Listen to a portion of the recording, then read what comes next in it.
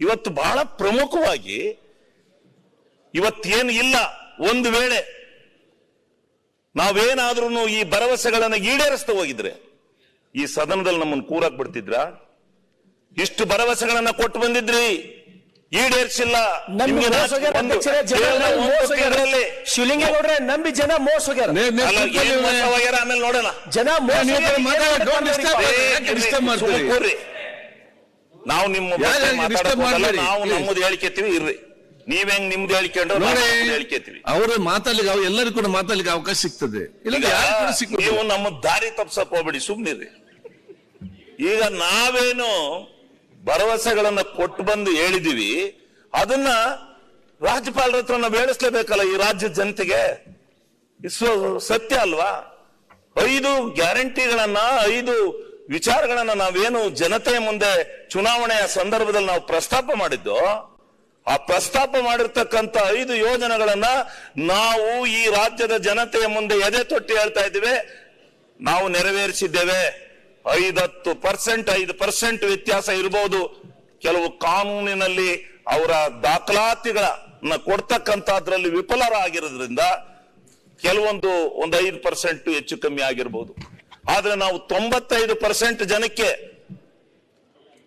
ಇವತ್ತು ನುಡಿದಂತೆ ಶಕ್ತಿ ಯೋಜನೆಯಲ್ಲಿ ಮಹಿಳೆಯರಿಗೆ ನಾವೇನು ಕೊಡಬೇಕು, ಬಸ್ ಪಾಸ್ ನಲ್ಲಿ ಫ್ರೀ ಕೊಡ್ತೀವಿ. ಈ ಕರ್ನಾಟಕ ರಾಜ್ಯದ ಜನತೆಗೆ ಎಲ್ಲ ಭೇದಗಳನ್ನ ಮರೆತು ಸಾಮೂಹಿಕವಾಗಿ ನಾವು ಆ ಸ್ತ್ರೀ ಶಕ್ತಿಯನ್ನ ಉರಿದುಂಬಿಸುವ ಉದ್ದೇಶದಿಂದ ನಾವೇನು ಅವರಿಗೆ ಕೊಡ್ತೀವಿ ಅಂತ ಹೇಳಿದ್ವಿ, ಅದನ್ನ ನಾವು ನೆರವೇರಿಸಿದ್ದೇವೆ. ಗೃಹ ಜ್ಯೋತಿ ಯೋಜನೆ ಇವತ್ತು ನೆರವೇರಿಸಿದ್ದೇವೆ. ಅದು ಹೇಳ್ತಾರೆ ಗೃಹ ಜ್ಯೋತಿ ಕೊಟ್ಟು ಕರೆಂಟ್ ಚಾರ್ಜ್ ಹೆಚ್ಚಿರು ಅಂತ. ಅವ್ರೇನ್ ಕರೆಂಟ್ ಚಾರ್ಜ್ ಗೃಹ ಜ್ಯೋತಿ ಏನ್ ಕಟ್ಟಲ್ವಲ್ಲ, ಹೆಚ್ಚಾದ್ರೆ ಕರೆಂಟೇ ಫ್ರೀ ಅಲ್ಲ, ಅವ್ರೇನ್ ಹೆಚ್ಚಿಗೆ ಕಟ್ಟೋದಿಲ್ವಲ್ಲ, ಬೇರೆಯವ್ರಿಗೆ ಹೊಡ್ತಾ ಬಿತ್ತು. ಯಾವುದು ಕರೆಂಟ್ ಚಾರ್ಜ್ ಅನ್ನ ಏರಿಸ್ತಕ್ಕಂಥದ್ದು ಕರ್ನಾಟಕ ರಾಜ್ಯ ಸರ್ಕಾರಕ್ಕಿದೆಯಾ?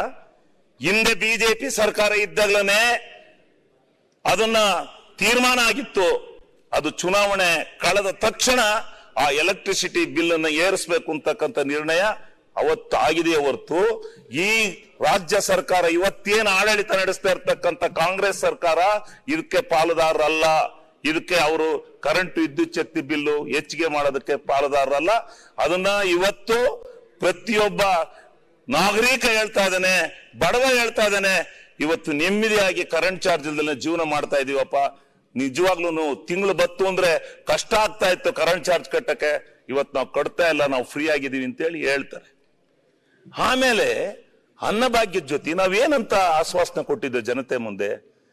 5 kg ಈಗಾಗಲೇ ಮನಮೋಹನ್ ಸಿಂಗ್ ರವರ ಸರ್ಕಾರದಲ್ಲಿ ಆಗಿದ್ದಂತ ಅನ್ನಭಾಗ್ಯ ಯೋಜನೆಯಲ್ಲಿ ಏನು ಒಂದು 5 kgಯನ್ನ ಕೇಂದ್ರ ಸರ್ಕಾರದಿಂದ ಫ್ರೀ ಆಗಿ ಕೊಡ್ತಕ್ಕಂತ ಒಂದು ಕಾನೂನನ್ನು ಜಾರಿಗೆ ತಂದಿದ್ರು. ಆ ಒಂದು ಫುಡ್ ಸೆಕ್ಯೂರಿಟಿ ಆಕ್ಟ್ ಅಲ್ಲಿ ಅದನ್ನ 5 kg ಬರ್ತಾ ಇದೆ. ಅದ್ರ ಜೊತೆಗೆ ಇನ್ನು 5 kg ಸೇರಿಸಿ 10 kgನ ಜೋಡಿಸಿಕೊಡ್ತೀವಿ ಅಂತಕ್ಕಂಥ ಮಾತನ್ನ ಸುಳ್ಳಲ್ಲ. ಇದು ಸುಳ್ಳಾದ್ರೆ ನನಗೆ ಶಾಸಕ ಸ್ಥಾನಕ್ಕೆ ರಾಜೀನಾಮೆ ಕೊಟ್ಟತ್ನಿ. ಮಾತಾಡ ಸತ್ಯ ಮಾತಾಡಿ. ಸುಳ್ಳಾದ್ರೆ ರಾಜೀನಾಮೆ ಕೊಡ್ತೀನಿ.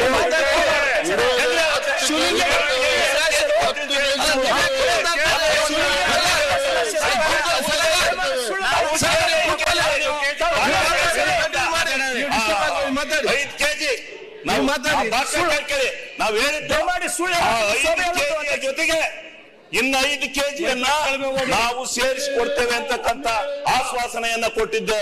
ಅದರಂತೆ 5 kg ಅಕ್ಕಿಗೆ ಕೇಂದ್ರ ಸರ್ಕಾರಕ್ಕೆ ಪತ್ರ ಬಂತು. ಒಂದ್ ನಿಮಿಷ ಒಂದೇ ಮಾತು ಮ್ಯಾನಿಫೆಸ್ಟೋ ಕಮಿಟಿನಲ್ಲಿ ನೀವ್ ಯಾರು ಇದ್ರಿ? ಕಾಂಗ್ರೆಸ್ ಮ್ಯಾನಿಫೆಸ್ಟೋ ಕಮಿಟಿನಲ್ಲಿ ಕಾಂಗ್ರೆಸ್ ಮ್ಯಾನಿಫೆಸ್ಟೋ ಕಮಿಟಿನಲ್ಲಿ ನೀವ್ ಯಾರಿದ್ರಿ? ಮಾಡಿದ್ ನಾವು, ಘೋಷಣೆ ಮಾಡಿದ್ ನಾವು, ಆಚರಣೆ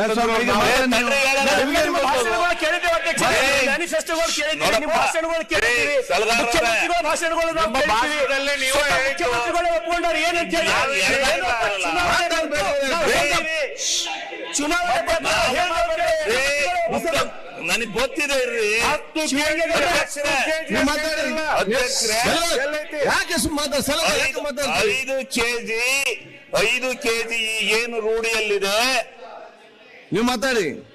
ಇನ್ನು 5 ಕೆಜಿಯನ್ನು ಅಡಿಷನಲ್ ಆಗಿ ನಾವು ಕೊಡ್ತೀವಿ ಅಂತಕ್ಕಂತ ಭರವಸೆ ನೀಡಿ ಆಯ್ತು, ಮುಂದಕ್ಕೆ ಹೋಗ್ಲಿ. ಆದ್ರೆ ಕೇಂದ್ರಕ್ಕೆ ಅಕ್ಕಿ 5 ಕೆಜಿಗೆ ನಾವು ಅಕ್ಕಿ ಬರ್ದದ್ದು 5 ಕೆಜಿ ನಾವು ನಿಮ್ಮ ದರವನ್ನ ಕೊಡ್ತೀವಿ, ನಿಮ್ಮ ದರವನ್ನ ಕೊಟ್ಟು ನಾವು ತೀರ್ಮಾನ ಮಾಡ್ತೀವಿ. ನಾವು ಈ ಕರ್ನಾಟಕ ರಾಜ್ಯದ ಜನತೆಗೆ ಇನ್ನು 5 ಕೆಜಿ ಅಕ್ಕಿ ಕೊಡ್ತೀವಿ ಅಂತ ಹೇಳಿ ನಾವು ಹೇಳಿದ್ವಲ್ಲ, ಆ ಅಕ್ಕಿ ಕೊಡ್ತೀವಿ ಅಂತ ಹೇಳಿ ಪತ್ರ ಬರ್ದಾಗ ಮೊದ್ಲು ಕೊಡ್ತೀವಿ ಅಂತ ಬರ್ದಿರಲ್ಲ, ಆಮೇಲೆ 3 ದಿವಸ ಬಿಟ್ಬಿಟ್ಟು ಕೊಡಕಲ್ಲ ಅಂತ ಬರೆದಿರಲ್ಲ.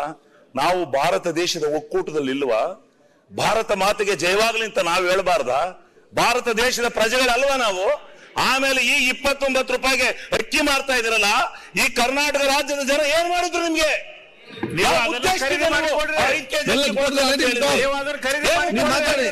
ನಾವೇನು ಈ ಒಕ್ಕೂಟ ವ್ಯವಸ್ಥೆನಲ್ಲಿ ಇಲ್ಲ ಅಂತ ತಿಳ್ಕೊಂಡಿದ್ದೀರಾ ಅಧ್ಯಕ್ಷರೇ? ತಿಳ್ಕೊಂಡಿದ್ದೀರಾ ನೀವು? ಮುಂದೆ ಜನ ಯಾವ ರೀತಿ ಬುದ್ಧಿ ಕಲಿಸ್ತಾರೆ ಅನ್ನೋದನ್ನ ನನಗೆ ಗೊತ್ತಿದೆ. ಏನು ಏನು ನೀವು ಹೆಂಗ್ ಬೇಕಂದ್ರೆ ಕೊಡ್ರಿ ನಮ್ಗೆ ಅಕ್ಕಿನ. ಅಕ್ಕಿ ಯಾಕ್ರಿ ಕೊಡ್ಲಿಲ್ಲ? ಯಾಕ್ರಿ ತಿರಸ್ಕಾರ ಮಾಡಿರಿ ನೀವು? ನಾವು 5 ಕೆಜಿ ಅಕ್ಕಿನ ಹಂಚ್ತೀವಿ ಅಂತ ಹೇಳಿದ್ರೆ ಕೊಡದೆ ಯಾಕೆ ಕೊಡ್ಲಿಲ್ಲ? ನೀವು ಕೊಡ್ತೀವಿ ಅಂದ್ರೆ ಯಾಕೆ ಮತ್ತೆ ಹಿಂದಕ್ಕೆ ತಗೊಂಡ್ರಿ? ಇದಕ್ಕೆ ಉತ್ತರ ಹೇಳ್ಬೇಕಾಗತ್ತೆ ಮುಂದಿನ ಚುನಾವಣೆಯಲ್ಲಿ, ನೀವು ಪಾರ್ಲಿಮೆಂಟ್ ಚುನಾವಣೆಯಲ್ಲಿ. ಇದು ಸುಲಭ ಅಂತ ತಿಳ್ಕೊಬೇಡಿ. ಇದನ್ನ 5 ಕೆಜಿ ಅಕ್ಕಿನ ಇದು ಒಂದು, ಅದಕ್ಕೆ ನಮ್ಮ ಮುನಿಯಪ್ಪನವರು ಇವರೆಲ್ಲ ಸೇರಿ ಮುಖ್ಯಮಂತ್ರಿಗಳು ನಾವು ಕೊಡ್ತೀವಿ ಅಂತ ಮಾತು ಕೊಟ್ಟಿದೀವಿ. ಯಾವ ಸೆಂಟ್ರಲ್ ಗವರ್ನಮೆಂಟಿನ 30 ಅಕ್ಕಿ ಇದೆ, ಆ ಅಕ್ಕಿಯ ದರ ಇದೆ 34 ರೂಪಾಯಿ, ಆ ದರವನ್ನೇ ಕೊಟ್ಬಿಡೋಣ ಅಂತ ಹೇಳಿ ಇವತ್ತು ನಾವು ಈ ರಾಜ್ಯದ ಜನತೆಗೆ ಕೊಡ್ತಾ ಇಲ್ಲ. ಈ ರಾಜ್ಯದ ಜನತೆಗೆ ಕೊಟ್ಟು ಜನ ಎಲ್ಲ ಸಂಪೂರ್ಣವಾಗಿ ದುಡ್ಡನ್ನ ತೆಗೆದುಕೊಂಡು ಹೋಗ್ತಾ ಇಲ್ಲ. ನ್ಯೂಸ್ ಫಸ್ಟ್ ನಿರ್ಭೀತಿಯಿಂದ ನಿಮ್ಮ ಪರವಾಗಿ.